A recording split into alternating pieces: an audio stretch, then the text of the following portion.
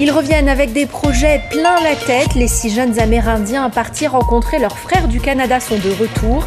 Entre Fab Lab et tourisme, les travaux de développement économique ne font que commencer.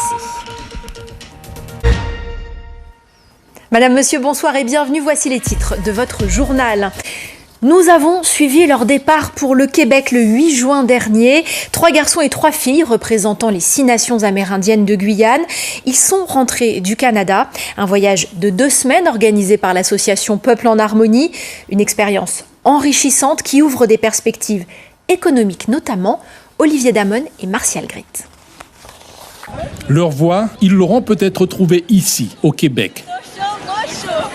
Durant 11 jours, ces jeunes Amérindiens de Guyane ont parcouru quelques-unes des institutions canadiennes dédiées aux peuples autochtones.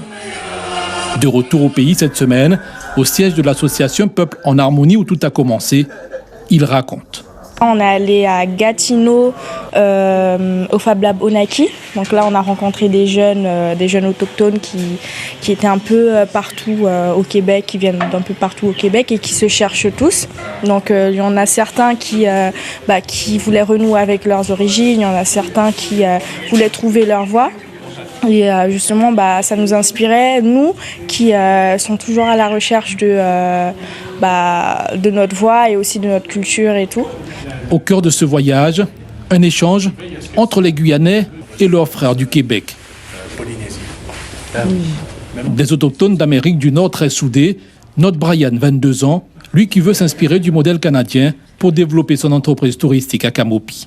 Imprégner justement ce que les autochtones font justement au Canada, quand on peut voir que là-bas ils peuvent peser 169 milliards de dollars en termes de tourisme, il y a beaucoup de choses à faire, tu vois.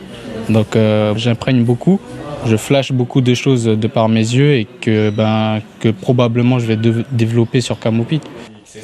Sélectionner chacun pour son projet professionnel ou formation, ce voyage au Canada pourrait marquer un nouveau départ pour ces jeunes Amérindiens. Christophe Pierre des Jeunesses autochtones était l'un des accompagnateurs. Pour lui, c'est une réussite. Il y a certaines mesures qui sont applicables, je veux dire les Fab Labs autochtones qui sont des lieux au fait d'apprentissage des différents outils, nouveaux outils, comme des imprimantes 3D, des broderies, des brodeuses, etc. En fait, où ils ont mis en place ce qu'ils appellent une sorte de CAP, développement web, etc. Ce sont des outils qui aujourd'hui, au Canada, sont dédiés au peuple autochtone principalement dans ces Fab Labs-là, mais qui demain peuvent être facilement déclinables ici avec un peu de volonté et un peu de moyens. Donc c'est possible. Ce voyage était le premier échange international de Peuple en Harmonie depuis la fin de la crise sanitaire. L'association souhaite permettre à d'autres jeunes de vivre une telle expérience. Et c'est sur cette initiative positive que s'achève cette édition. Merci d'avoir été avec nous. L'info en direct revient demain matin dès 6h avec Jessie Xavier. Quant à moi, je vous retrouve ici même demain à partir de 19h. Très belle soirée sur La Première et à demain.